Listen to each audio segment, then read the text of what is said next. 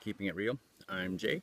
I just want to come in today, make a video for you and talk about something that keeps popping up in my feed all the time, and that is the legal issue facing Métis people, and that's the difference between Daniels versus Powley. And lots of people, I think, get this confused. Now, I'm no lawyer, and so don't take this as any kind of legal advice. I'm just a dude with access to Google and a valid library card. What I want to talk about is the difference. And if you've been following Minister Bennett's posts on her Facebook and Twitter feed, this comes up quite a bit, and it's the government's been making their position fairly clear. The Daniels case is in regards to, as far as my understanding goes, is regards to Métis status under the Indian Act in Section 9124, and that is in regards to programs and services. And so what that entitles Métis people to is all the things that come under the Indian Act in programs and services. So things like health, education, those kinds of things.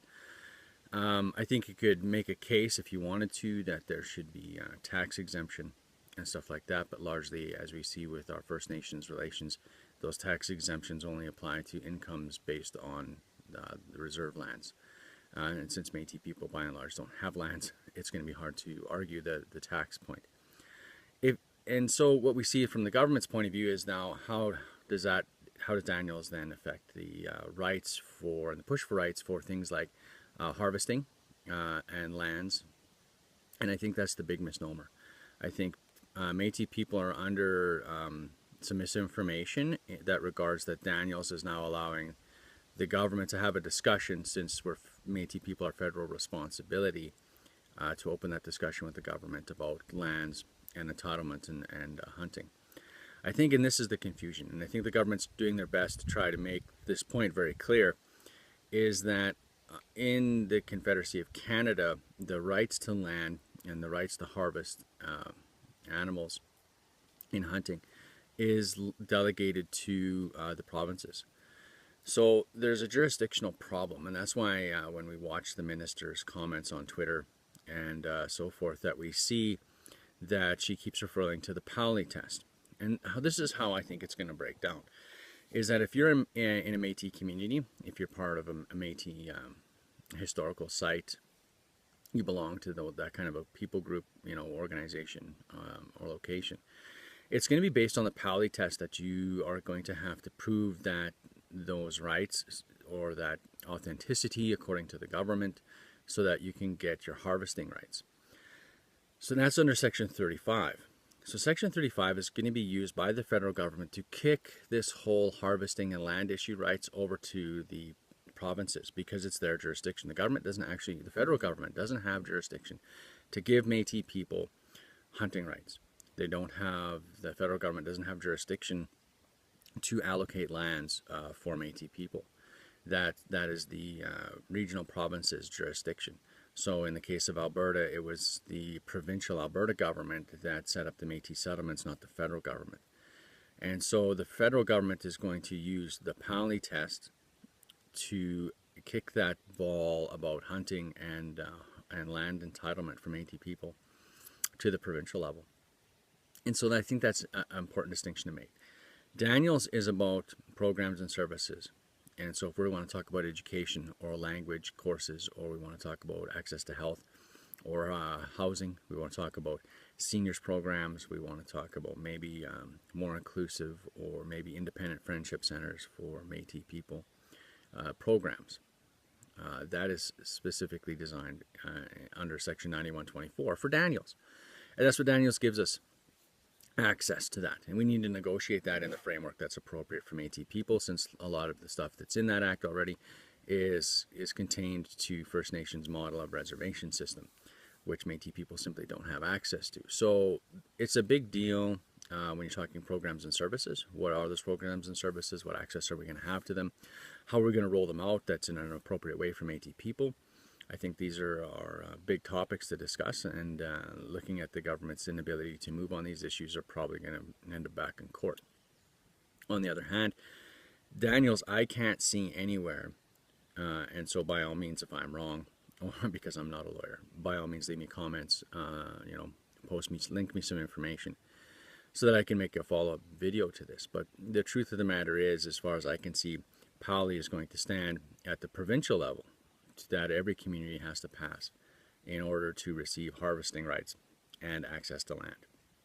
So the problem is, land becomes this in-between notion again.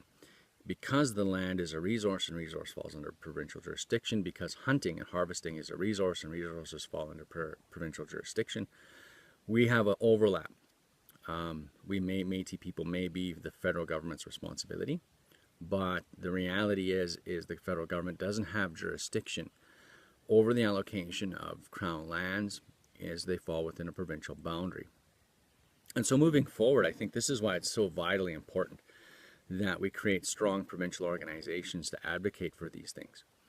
You know, we have there's the Métis Nation and its affiliates across Canada, but that organization is funded as a representative organization to represent Métis people to the government, and that's how they get paid. They're not there to really represent the grassroots in a land negotiation or universal harvesting negotiation framework. Now in Alberta, that's where I'm from, I've actually sat down with the department and some of their internal guys about harvesting rights for communities and such. And so after the Daniels case came out, and this is again just specific to Alberta, they have made their position very clear that they feel that any court case that comes from an Alberta point of view to the government to challenge them on the issue of harvesting oral land, they feel that they will be completely defensible, have a defensible position under Powley.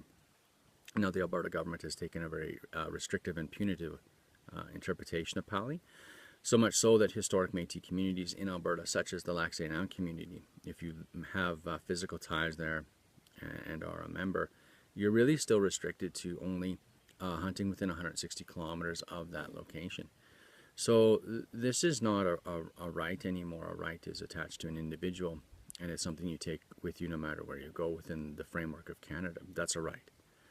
If your what you call right is restricted to a specific location, and once you leave that location because you needed to go to get a different job or whatever reason, then you lose that right, well then it's not really a right, it's more of a privilege. It's the privilege of staying located in that community, it's a privilege of your ancestors being in that community and coming from that community. So it's clear to make distinctions that even right now the Métis people among us who enjoy the ability to exercise their harvesting abilities isn't really a right, it's more of a privilege. And we have to be careful that we distinguish between privileges and rights. And also, it's important to understand the difference between Daniels versus Powley and what these things are going to get us, and how, or not get us, but you know what I mean, how the government's going to work these things. And so we've already seen Daniels. It legally classifies us as Indians under the Indian Act and gets us access to programs and services, but it does not get us access to land. It's not going to be on the table to negotiate with.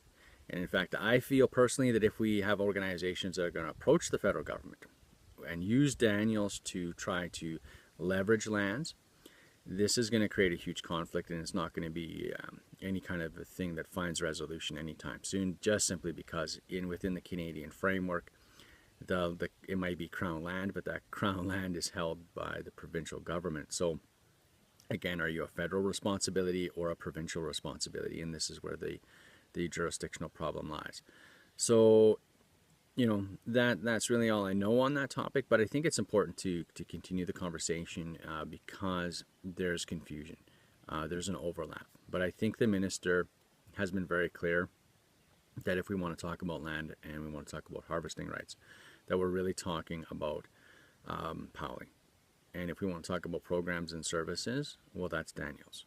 And those are the two big distinctions. Daniels does not give us the ability to have a conversation about land and harvesting. Powley does.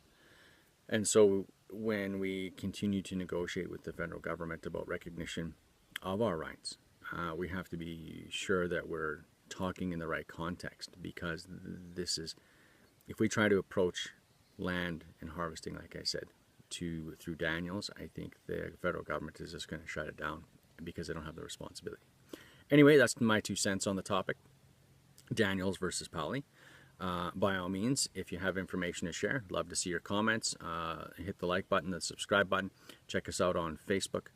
Check out our podcast on Podbean and iTunes. And until next time, keep it real.